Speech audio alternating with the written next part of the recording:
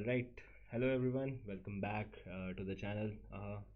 Yep, we are back again, and the video or the topic of the video is basically processors, right? You see all these processors in the market, which say that Intel 12th gen i9, i7, Intel 10th gen, 11th gen, right? All these things. So we are going to talk about all these and what's the difference, right? For in a layman language, what is the basic difference if I'm buying 12th gen i9 or 11th gen i7? So what will be the difference in the performance and all these stuff? We will be talking about them. So yeah, I'll try to explain it through these this very basic diagram, right? So yeah, let's dive straight in. So we all know that there are a number of things, like a number of variety and processors that are available right now in the market. For example, if we take suppose we have Intel 11th gen and i9 processor, and we have on the other side Intel 12th gen i5 or maybe i7 processor, right? So these are the gen is increased obviously, but the I part, right, or maybe the core part is reduced, right? So if you are going to have these options, then which one should you choose, right? So this is how you decide. The workload, it's going to be same, right? Whatever the computer system, PC, laptop, anything that you want to use, whatever you use, the thing that you are going to use on it, the softwares and all these things, they are going to create the same workload. So workload won't really affect anything while deciding these processors, right? So you have to first figure out the workload, right? Suppose you are using it for designing, right, for modeling, for rendering stuff, right? Or maybe you can be using it for gaming stuff, recording videos, content creation, right? All these things. So you have to keep that in mind, and you have to figure out that yes, I will require these kind of configurations, right? So about this much can work, right? So after you are done with that and you have these kind of options where you are required to select the processor based on their gen or based on their cores, right? So how do you do that? Now suppose, as I said, that the workload won't change, right? And this part, right, the red part is basically the gen, right? So it's the generation of your processor, right? The thing that comes before gen in the name of the processor, like 12th or maybe 11th, ninth, 7th, 8th, right? That number is basically this part, right? Now what I'm trying to demonstrate through this part is that suppose you have all seen those bridges, right? Like overhead bridges or maybe a bridge over a river or something, right? So they have big structure like that in between, and then they are supported through pillars, right? There can be two pillars on either side, or there can be four, five, six, eight, how many, like as many pillars as you want, right? So I'm trying to just relate this with the same pillar formula, right? So suppose this is the gen. Now uh, the thing that we are going to consider in this is, like, suppose this is the most basic generation, right, and this is the fifth generation. Now as I increase the width of it, right, so suppose we went to seventh gen. Now if we increase the width, we are at 11th gen, and if we increase it further, we are at 12th gen, right? So the most width is 12th and the least is, let's say, 5th gen, right? So you have all seen those bridges, right? Now if I'm going to ask you that there is a bridge and you have to get a truck over it, and it has this much width, right, will you go for it?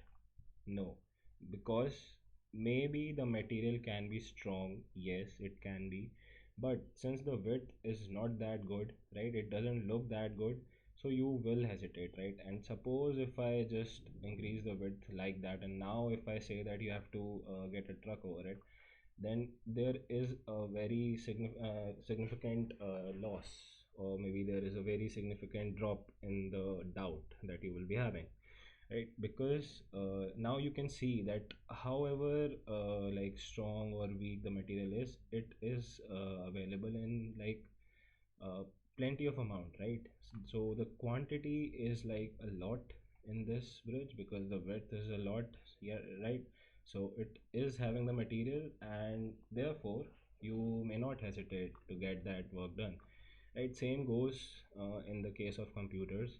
If the generation is higher, then that basically means the material, the speed, right, the tick speed, clock speed, all these things, they are actually like they are advanced, right? So suppose you have a 5th gen processor and a 12th gen processor, or maybe let's say 11th gen and 12th gen processor.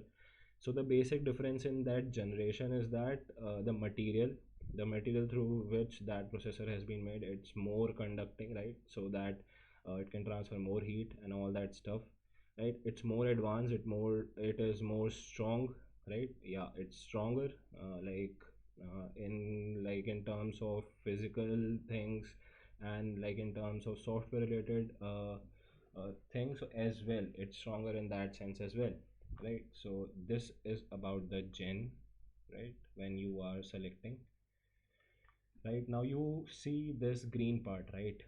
These are the cores, right? Suppose it's like there is no processor, I guess, that has one core in it, I believe. Yeah. So yes, let me just switch off that. Let's say it has three cores, right?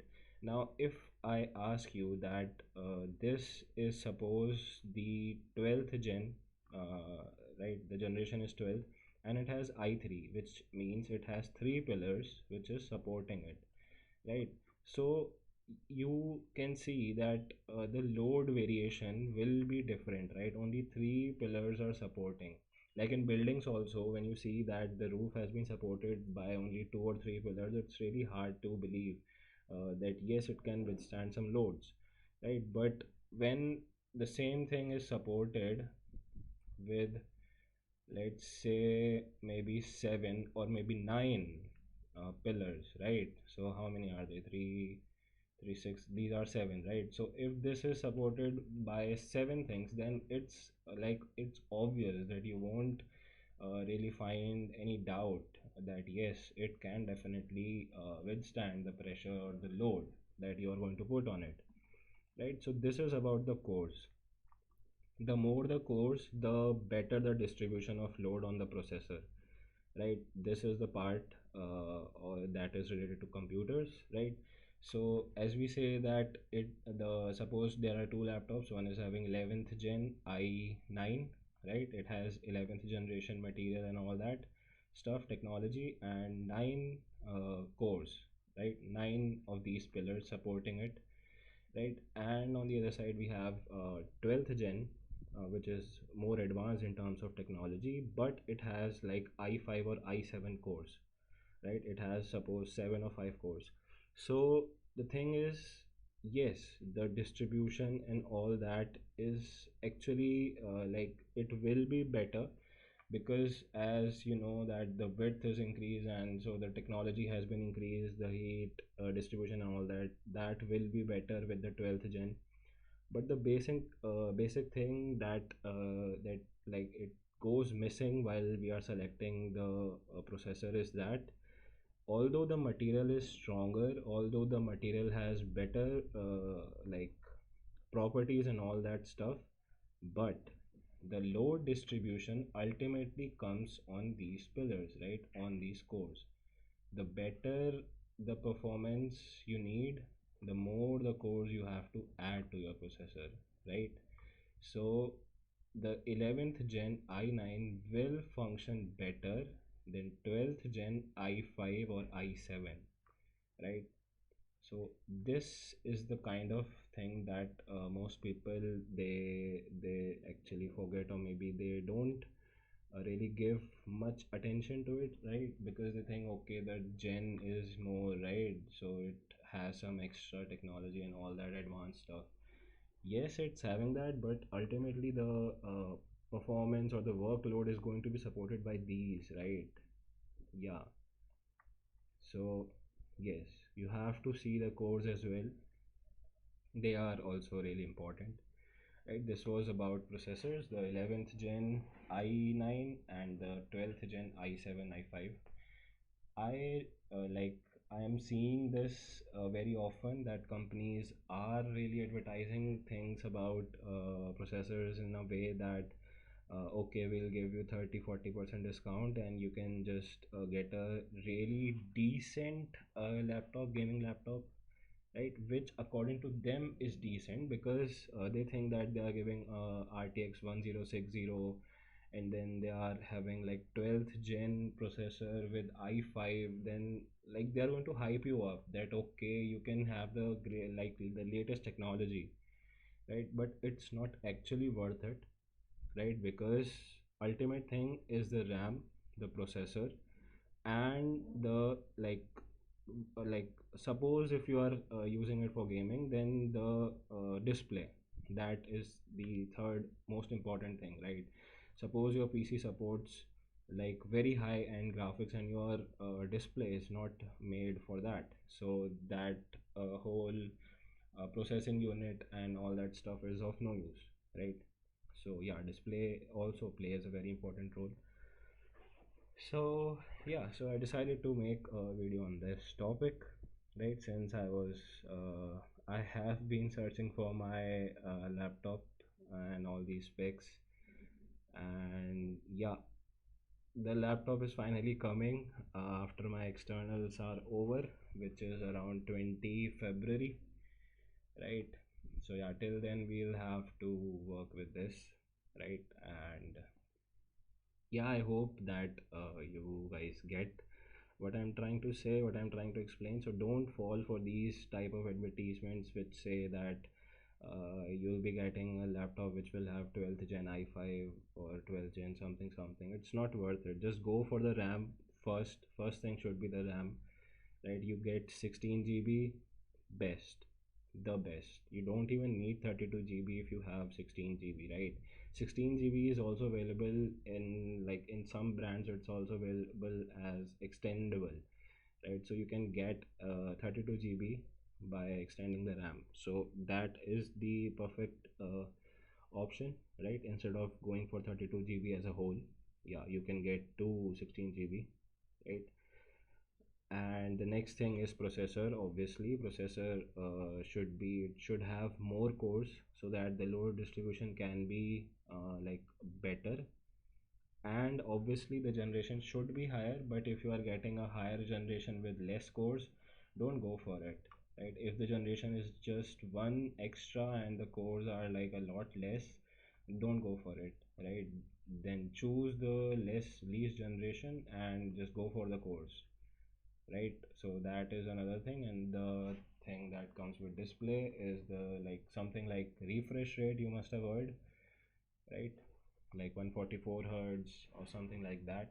So these things you should actually look for in a laptop when you are like when you are specifically going for gaming laptops, designing laptops, right? Content creation laptops, things like that. So yeah, that's it. I guess the video helped, and I was able to convey the thing about processors and all these stuff, right? So yep, that's it. If you're finding the channel for the first time, don't forget to check out more videos. Yeah, so the channel is having a lot of videos and a lot of different topics, right? Most of them were suggested by you all, right? Rest of them are my choice, right? So yeah, it has the channel has like a variety of videos on it. So yeah, you can just check it out, give it a go, and yeah, if you find the video uh, helpful and you are still here till this point, which I know you are not because YouTube analytics shows everything, yeah, kind of everything.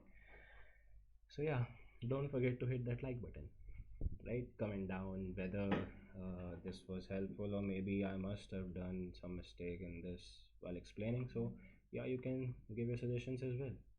That's it for the video, guys. Thank you everyone. Tada, bye bye.